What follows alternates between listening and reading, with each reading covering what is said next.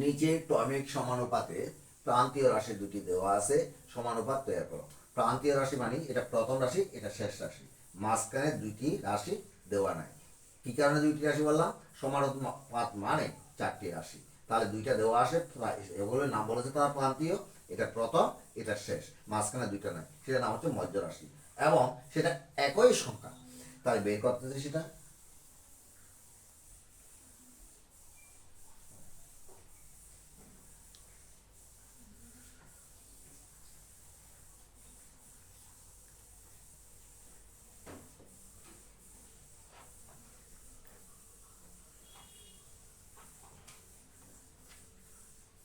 প্রশ্ন মতে প্রথম রাশি অনুপাত এই মধ্য রাশি যেটা বললাম, সমানুপাত এই মধ্য রাশি, চারটা রাশি হচ্ছে অনুপাত প্রান্তীয় রাশি,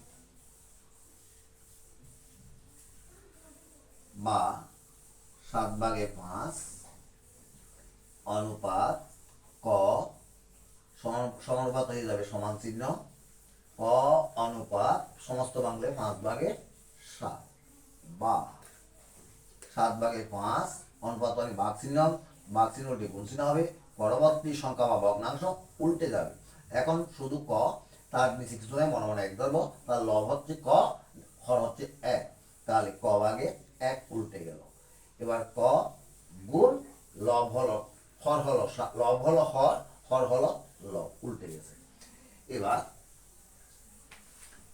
কয়ের মান যেটা হবে সেটাই আমাদের উত্তর। উত্তরের মধ্যে সমানুপাত তৈরি করতে বলছে, এক লাইন বাড়বে। আচ্ছা, প্রথমে কয়ের মান বের করি, বা তাহলে 7 ক 5 ওকে 5, নিচে নিচে গুণ করলাম, 7 কে ক দিয়ে গুণ করলে 7 ক, 5 কে 1 দিয়ে গুণ করলে 5 ওকে 5, সমান, এটা নিচে কিছু নাই মানে 1, তাহলে উপরে ক, 5 কে ক দিয়ে গুণ করলে 5 ক, 7 ওকে 7, 7/5 ক। এবার কোনাকুনি গুণ, যাকে বলা হয় 8 গুণন, 5 7 35, ক কে ক দিয়ে গুণ করলে ক স্কোয়ার সমান 5 7 35,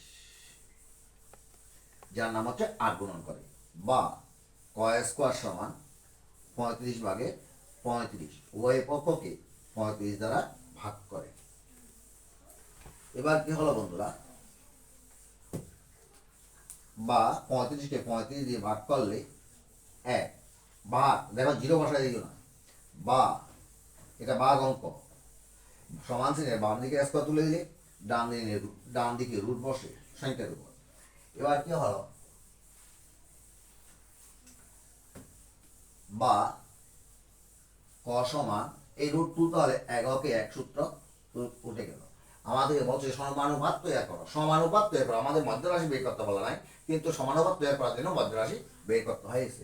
তাহলে আমাদের প্রশ্নে আছে 7/5 উত্তর, সুতরাং সমানুপাত সমান, সমানুপাতটি সমান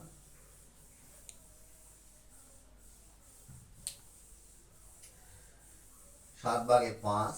আমি আগেই বলছিলাম মধ্য রাশি 1 সমানুপাত 1 অনুপাত 1/5/2,